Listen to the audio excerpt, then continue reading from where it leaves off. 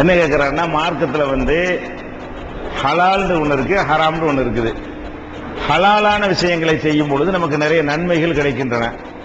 ஹராமான விஷயங்களை செய்யும் பொழுது தீமைகள், கேடுகள் ஏற்படுகின்றன. அப்படி இருக்கும்போது ஊதி சாப்பிடாதீங்க என்று மார்க்கத்தில் சொல்லி இருக்குது. ஊது நம்மளுக்கு சொன்னா என்ன வயிறு நம்மகிட்ட இருந்து போற கிருமிகள் மூலமா திருப்பி கேடு வரும் கண்டுபிடிச்சிருக்கிறாங்க. அந்த மாதிரிலாம் இருக்கும் பொழுது மியூசிக் மார்க்கத்தில் கூடாதுன்னு சொல்லி இருக்கிறது. மியூசிக்னால என்ன கேடு வருது? மியூசிக் மார்க்கத்தில் கூடாதுங்கிறீங்க. அதுல லைட்டான மியூசிக் இருக்குல்ல, கரடு முரடா இல்லாம அந்த மாதிரி மியூசிக்குகள்னால என்ன கேடு வருது? அதை நம்ம ஏன் கூடாதுன்னு சொல்றீங்க? அல்ல கூடும் தானா அப்படின்னு கேட்கிறாரு. முதல் விஷயத்தை நீங்க விளங்கிக்கிறேன்னு, இஸ்லாத்துல ஹலால் ஹராம் என்று ஆக்கப்பட்டிருக்குல்ல, அதெல்லாம் வந்து உலகத்திலேயே அந்த நன்மையை நம்ம கண்டுபிடிக்க முடியும்னு அர்த்தம் கிடையாதுங்க. இப்ப ஆம்பளை வந்து பட்டு ஆடைய உடுத்தக்கூடாதுன்னு இருக்குது. உடுத்துனா என்ன குசுமை வந்துருமா? என்ன கேடு வரும்னா, ஆம்பளைக்கு பட்டு ஆடை ஹராமு, தங்கத்துக்கு உள்ள கேடை கண்டுபிடிச்சு சொல்றான். சரி, ஓகே. பட்டு ஆடையை நீங்க பட்டு சட்டை போட்டா உங்களுக்கு என்ன ஏற்படும்? ஏதாவது கண்டுபிடிச்சிருக்கான? ஒன்னும் கண்டுபிடிக்கல. அப்ப பட்டு சட்டைகள நமக்கு கேடு வரவில்லையே, அணியலாம் தானேன்னு சொல்லக்கூடாது. ரசூலுல்லாஹ் அணிய வேணாம், அணிய வேணாம். சிலதுக்கு காரணம் தெரியும், சிலருக்கு தெரியாது. சில விஷயத்துக்கு காரணம் நமக்கு தெரியும், சில விஷயத்துக்கு என்ன செய்யாது காரணம் தெரியாது. மதுபானத்துக்கு தீமை காரணம் தெரியும். அது மாதிரி அனைத்துக்கும் உங்களுக்கு தெரியுமா? ஹராமாக்கப்பட்ட அனைத்துக்கும் உங்களுக்கு தெரியுமா? அனைத்துக்கும் தெரியாது. எத்தனை விஷயங்கள் நம்ம சாப்பிடக்கூடாத விஷயங்கள் இருக்கிறது. அதுக்கு அனைத்துக்கும் உங்களுக்கு வந்து அதுல உள்ள தீமைகள் இருக்குது. இப்ப தானா செத்து போச்சு, அதை ஏன் திங்க கூடாதுங்கிற காரணம் வந்து கரெக்டா சொல்ல முடியுமா நம்மளால? இப்ப சொல்ல முடியும். இந்த நவீன காலத்துல ஒரு 200 வருஷத்துக்கு முன்னாடி வந்து என்ன காரணம் சொல்லியிருப்பான்? ஒன்னும் சொல்ல முடியாது. அதனால வந்து காரண கேடு இருக்குங்கிறது வந்து அல்லாஹ் செஞ்சா நன்மை இருக்குங்கிற வகையில் நம்பணும். ஆனா நமக்கு தெரியணும்னு நினைக்க கூடாது. மார்க்கத்துல தடுத்துட்டாங்கன்னு சொன்னா, இது தடுத்தாலும் எனக்கு இதுல வந்து கேடு இல்ல, பீர் குடிப்பதில் எனக்கு எந்த கேடும் தெரியவில்லை, நீங்க பெரிய பெரிய ஹார்டான ட்ரிங்க்ஸ் சொன்னா நாங்க ஒத்துக்குருவோம், அது வந்து சாப்பிட்டானது தானே. இது இந்த பீரு ஒயின் எல்லாம் என்னது? போதையில சாப்பிட்டான விஷயங்கள் தானே. இது சாப்பிட்டா இருக்கிறனா நாங்க நினைச்சுக்கிறோம், இது நாங்க குடிச்சுக்கிறோம், லைட்டா தானே இருக்கிறது, நாங்க என்ன போதையில தடுமாறவா செய்யறோம் அப்படிங்கிற மாதிரி எல்லாம் இதுலயும் கேட்கலாம். கேட்கிறாங்க.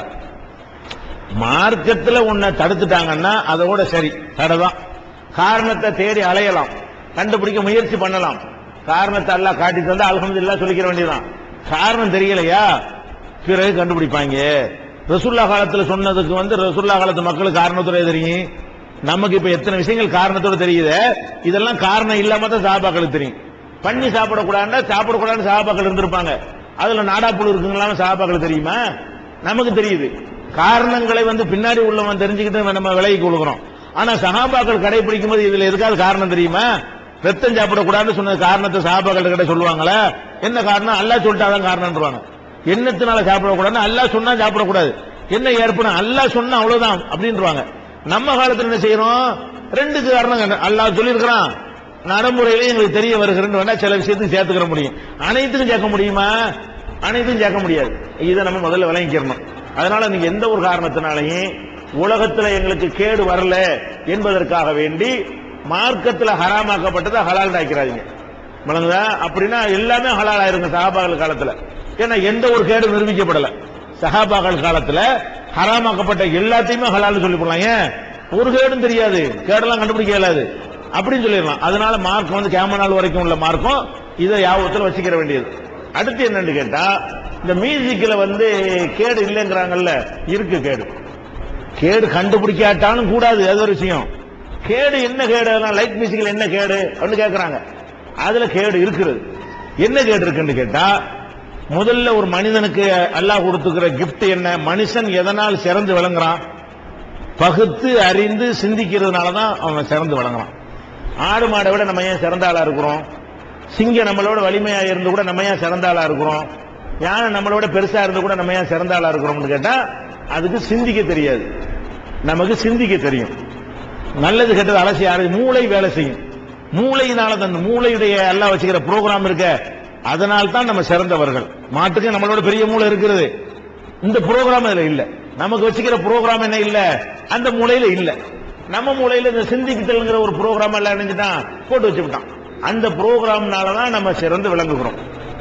இந்த சிந்திக்கும் திறனை மழுங்க செய்யறது தான் மனிதனுக்கு ஏற்படுற கேடுலேயே பெரிய கேடு. சிந்திக்கிற திறனை மழுங்க செய்யறது தான் என்னது? கேட்டுலேயே பெரிய கேடு. இந்த இசை என்பது முழுக்க முழுக்க மூளையை மழுங்க செய்யும். மூளை என்ன செஞ்சேன் செயலிழக்க செய்யும். உங்களுடைய கூர்மையை பாதிக்கும். ஷார்ப்பா சிந்திப்பதை விட்டு என்ன செய்யும், அது தடுக்கும். இதனாலதான் மார்க் தடுக்கப்பட்டிருக்கு. அது எப்படி தடுக்குது, எங்க சிந்திக்கிறது தடுக்குது அப்படின்னு கேட்டா, இப்ப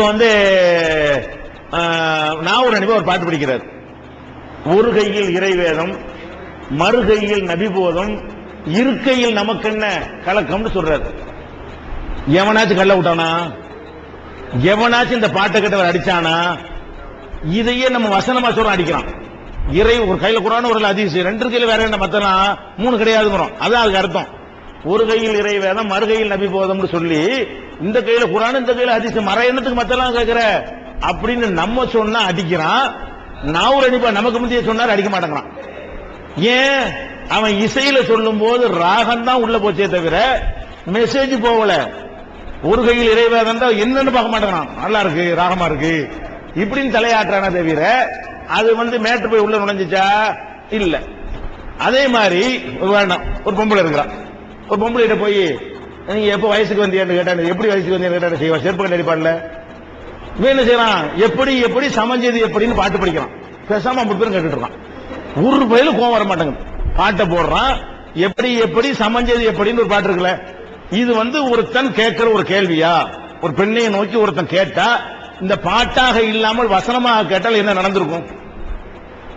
அவன் திரும்பி புதுசோடு போயிருப்பானா? ஒரு சபையில வச்சு ஒரு பொம்பளை கேட்டானா செருப்படிச்சு அந்த பொம்பளையும் அடிப்பா, ஆம்பளை அடிப்பானா இல்லையா?